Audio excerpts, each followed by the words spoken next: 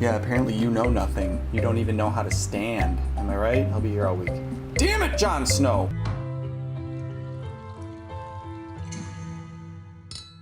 Here's to honor among thieves. We almost pulled it off. All my friends are heathens, take it slow. Despite what everybody thought. Wait for them to ask you who you know. They're gonna blame us for the whole thing. We're the patsies. Don't forget, we're the bad guys. Oh, hear the fire bloke, eh? Well, looky here. Fire. I'm just a sucker for pain. I can't wait to show you my toys. We're going to the swirling ring of trash in the sky. Hey, a walk in the park. Easy peasy. Don't make me shoot you. So intense. Capital murder, capital letters. Yeah, she catching my vibe, but she can't fathom my cheddar. Need a couple gang members for these new endeavors. From this point on, anything we do together. Tell the truth. Welcome back to another episode of Luddite Millennials. We're here to review Suicide Squad, written and directed by child prodigy David Ayer. So it's actually a direct sequel to Batman v Superman, believe it or not. In a world with a Superman, the government comes up with the idea to make a team of expendable metahumans to go up the possible threat of a evil Superman, and in the midst end up making a bad villain themselves. So Tom, what did you think of Suicide Squad? I actually like the cinematography of it. Some of the character designs are cool. Like I like Deadshot's whole outfit, what he looks like. Will Smith plays a great Will Smith in this movie. He deserves an award for playing Will Smith so well. Killer Croc's makeup was pretty impressive. Seen Batman again, even though he's only in it for 45 seconds or something. About that, yeah. But shit, 45 seconds is all I need, baby. So About 5 minutes, maybe. you see one other member of the Justice League. I won't spoil who. I had heard that they shot the whole movie and realized that it was kind of grim.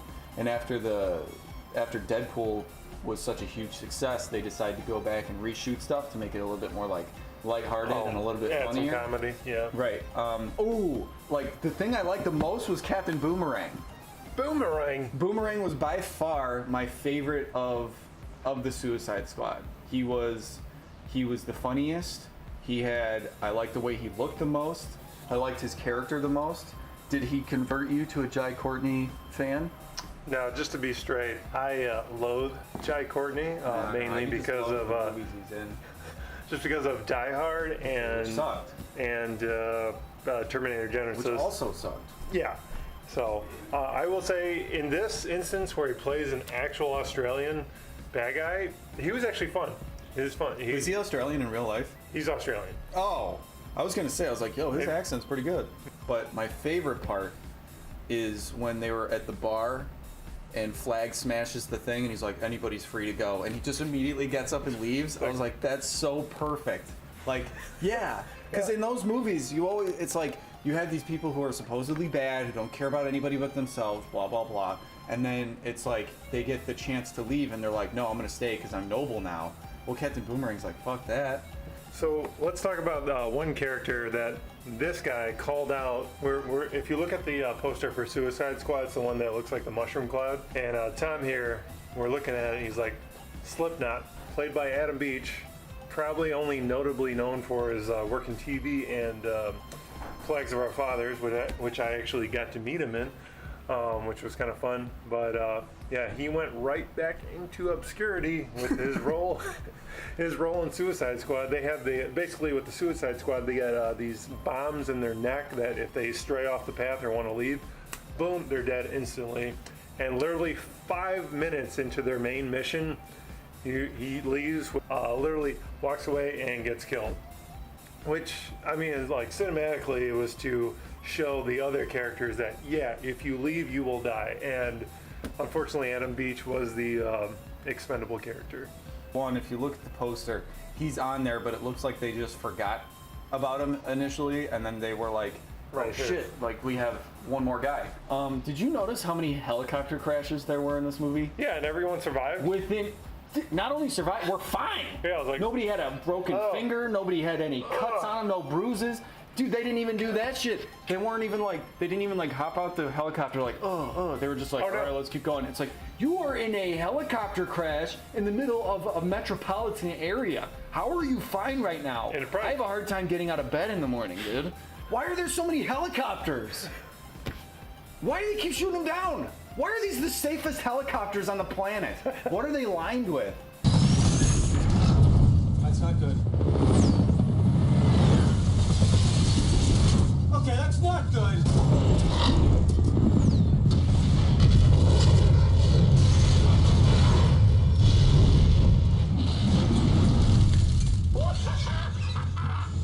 Who is your favorite of the Suicide Squad? the one character that they developed the most was probably Deadshot. Because this Deadshot is completely different than the Deadshot from the Arkham series. Right. I hate to put my foot in my mouth, but it was a toss-up between him and Jai Courtney's Captain Boomerang. Hell yeah, dude. I knew it. I knew it. Not to make it weird, but he's pretty. He's fucking huge. Like he could play the Terminator. Captain Boomerang all the way. Boom Squad. All right, so as you know, there's been a lot of publicity about Jared Leto as the Joker, and my honest opinion was, yep, I still love this guy. Heath Ledger nailed it. Heath Ledger, of course, he played it more of the anarchist, whereas in this one, how would you describe the Joker in this one? I would describe the Joker as a public masturbator in this one. Every time he talks or is on screen, it sounds like he is on the verge of climax. They introduce Harley Quinn and they tell her story about how she fell in love with the Joker, which by the way deserved its own movie, just because it was yeah, she was tasked with analyzing the Joker, and then they show that, and then it's just like some dudes break in and they rescue the Joker, and then he tortures her, and then she's in love with him, and it's like that's such a long sort of period of time and like a huge story to tell, to just be like, this is how it is. You know what I mean? He never said anything that was supposed to be funny, ever. He just laughed, which his laughs were kind of forced. His laugh! I hated his laugh. It was like, okay, we'll set the scene, and then we'll end it with you laughing. You'll just fall over and laugh. And I didn't feel motivation for some of those. Like, why is he laughing? He's grieving about Harley Quinn, and then he falls over and then starts laughing. I'm like, and then his laugh sounded like the Penguin too. It was like quack quack quack quack quack quack. And then there is this dream sequence with Harley Quinn where she's dreaming about what she really wants with the Joker. Mm-hmm. And it shows Jared Leto without makeup. And honestly, with his slick back hair, and it was just Jared Leto, all I could think of was like, hey, it's Paul Allen from American Psycho. Hey, Paul! I don't know. Where's the Common action figure? That's what I want to know about. Yeah, get Common in here. Common was not represented nearly as much as he should have been. His character had, and if you look up the credits on IMDb, his character had a name, but they never say it in the movie, and they never reference it, and he's only in one scene. One of the better aspects of the movie, I would say, was the relationship between Deadshot and Harley, which is Margot and Will Smith. Mm-hmm. They built that relationship pretty good, mainly because they were probably the two central characters. Yeah, 100%. Yeah, Harley and Deadshot. So I thought the chemistry between them was really done well. There were some great moments between them. Yeah, and a lot of it was a struggle between right and wrong. And with this kind of story where you do have criminals trying to do good things, the whole thing is the struggle between right and wrong, especially with Deadshot's character where he's struggling with that to do good things to show that he can be a better person for his daughter. I mean, you knew that they were going to pull something like that. Like, yeah. They couldn't have these villains stay villains the whole time. Let's just go through the Suicide Squad real quick, just to analyze it a little bit. We have Deadshot, who is not metahuman. He just shoots real good. I mean, that's useful, but he doesn't have any superpowers. Harley Quinn has 0 superpowers. She's just crazy. She also uses a baseball bat during all this shit where everybody has guns. Whatever. It's a comic book movie. That's fine. But she has no powers. Killer Croc, I guess, has like superhuman strength. That's kind of. Is he bulletproof? They didn't say that, and he never got shot, so I wouldn't know.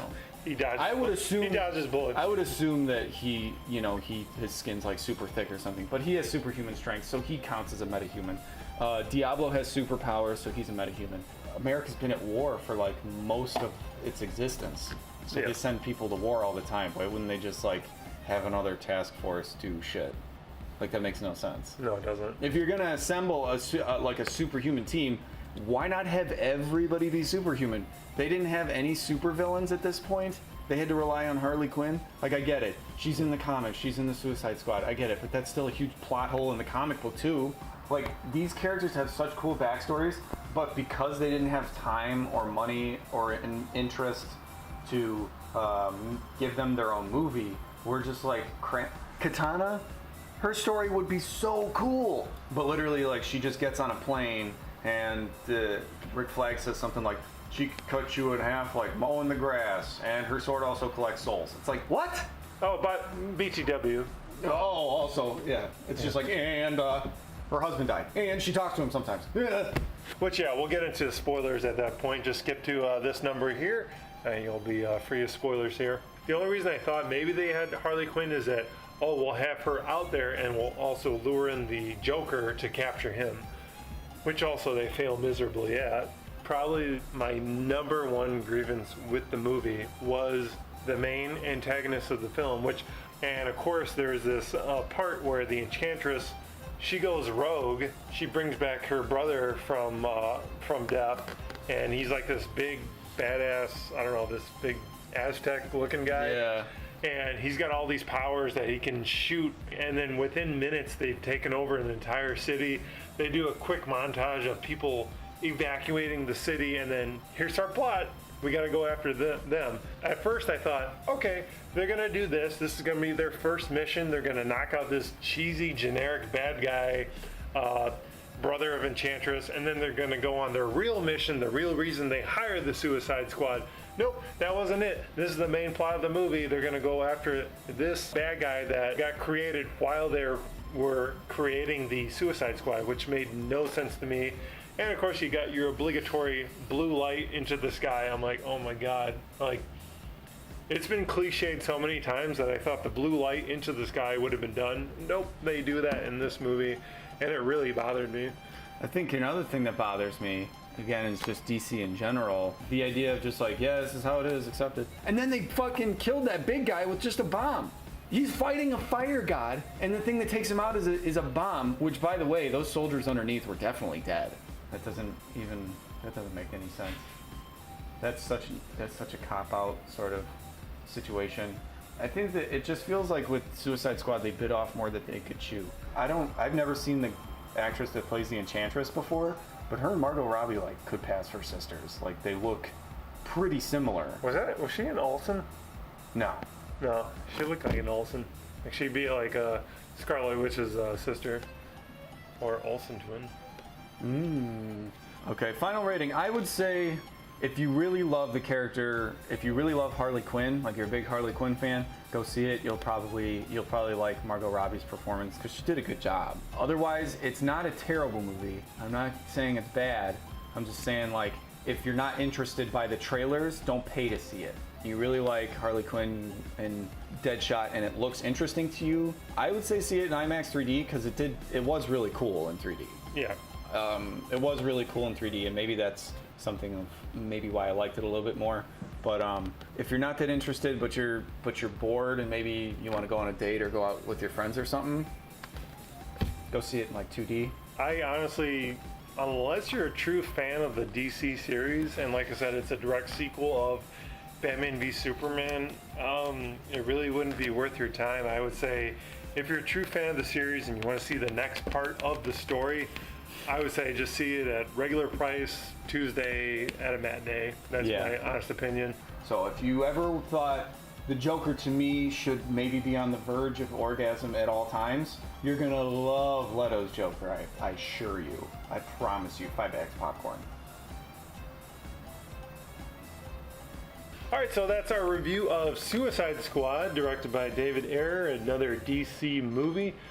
Please subscribe, I'd definitely appreciate that.